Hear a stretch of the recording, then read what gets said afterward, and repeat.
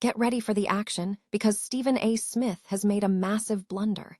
He completely forgot the Golden State Warriors made the playoffs last year.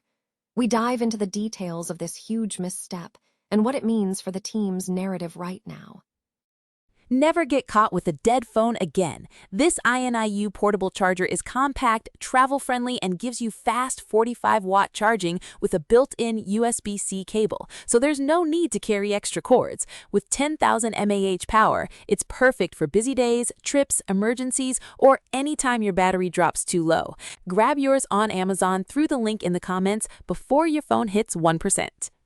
Next up, we are looking at the massive free agency dilemma facing the Golden State Warriors, centered around Kristaps Porzingis.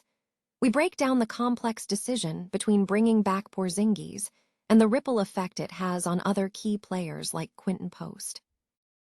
We also explore the potential philosophy tweaks the Warriors might discuss if Steve Kerr returns as coach. We examine management's concerns about offensive reliance and the need for system adjustments following their recent struggles. Finally, we get into the full Warriors offseason primer. We cover everything from Steve Kerr's coaching decision to the free agents, draft capital, and the crucial trade targets like Kawhi Leonard. Don't miss this deep dive. Stay locked in with us.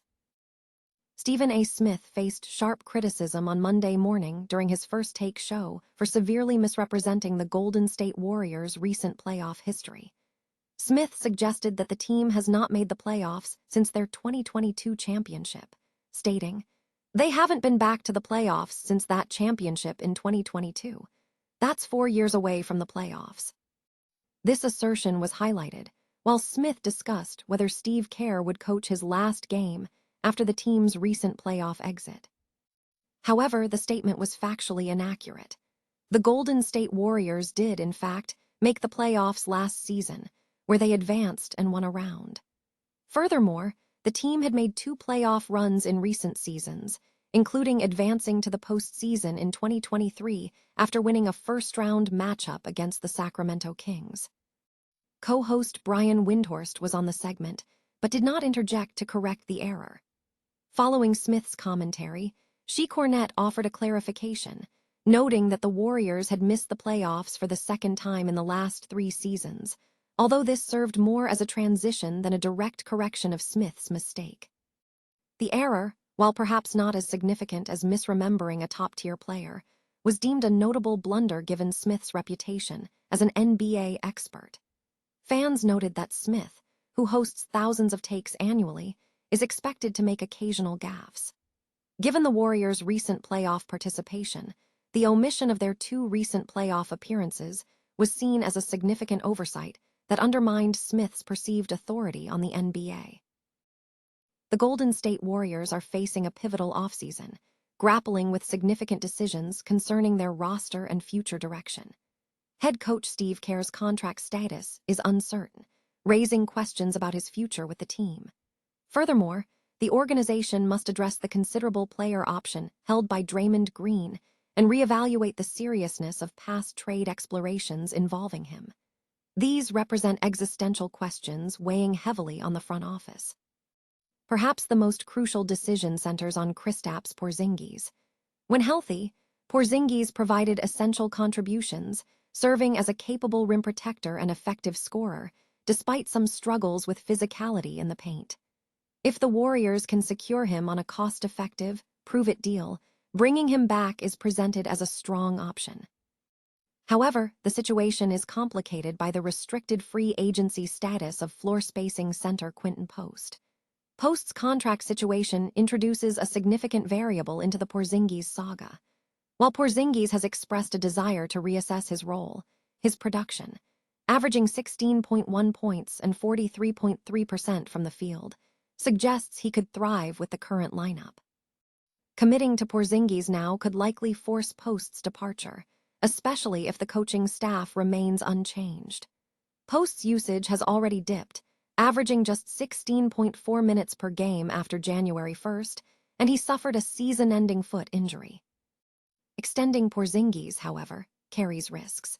Given that he played only 32 games this season, The Warriors must maintain depth behind him if he is to remain the primary center, a concern compounded by Al Horford's player option.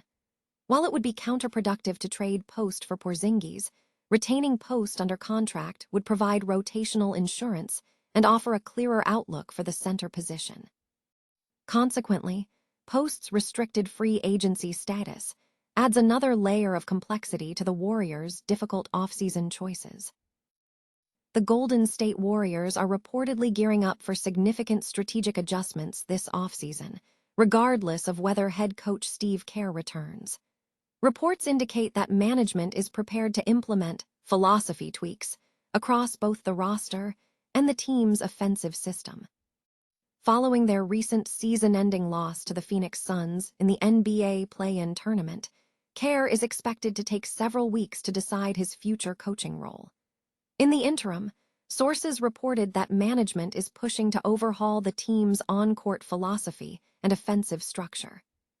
According to ESPN reporters Ramona Shelburne and Anthony Slater, if Kerr returns, the team will focus on diversifying its offensive attack and improving its ability to win possession battles that favor analytical play. This shift is motivated by an internal feeling that the team became overly reliant on three-point variance during the season. Beyond offensive adjustments, organizational disappointment is a major factor. Sources cited issues including an inconsistent 13-15 starting record when the team was healthy, late-game execution problems, persistent turnover issues, and a disappointing 37-game season amidst a league where a third of teams were struggling. The Warriors system has historically been deeply rooted in Steph Curry's gravity, emphasizing split actions and off-ball movement designed to exploit his impact. While any offseason changes are anticipated, analysts suggest these tweaks are unlikely to fundamentally alter the offense's core focus on Curry. Despite the presence of key players like Jimmy Butler earlier in the season, the team admitted to lacking cohesion. Kerr acknowledged during the recent game that they struggled to find their rhythm earlier in the season, stating, "We were blowing some games we should have closed out. I could have done a better job. But when Jimmy got hurt, it felt like we were finding it." Ultimately, even if the coaching staff remains the same, the Golden State Warriors are set to adopt a different schematic approach next season, signaling a period of significant change for the franchise. The Golden State Warriors are entering a critical offseason focused primarily on determining the future of head coach Steve Kerr before addressing free agents, draft capital, salary cap space, and potential trades. With the coaching question paramount, the team is assessing its roster landscape.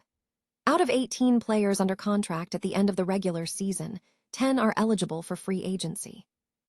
3 players, Draymond Green, Al Horford, and D'Anthony Melton, hold player options that they can decline to test the open market. Kristaps Porzingis is positioned for unrestricted free agency, though the Warriors retain his bird rights, allowing them to exceed the salary cap to re-sign him.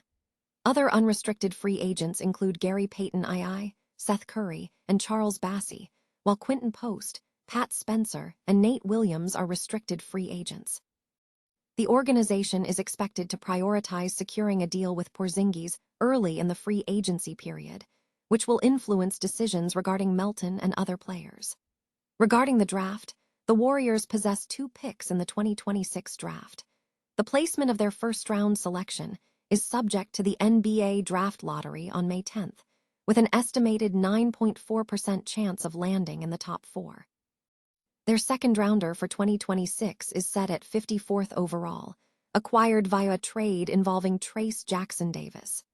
Ownership of future first-round picks is strong, including 2027 through 2029, 2031, and 2032, along with a conditional first-round pick in 2030. Financially, the Warriors face a significant constraint, having no salary cap space this offseason due to existing contracts totaling $165 million, with Draymond Green expected to command nearly $20 million. Despite this, the team may utilize the non-taxpayer mid-level exception, up to $15 million, which could be leveraged for players like LeBron James if other contenders are unwilling to offer more.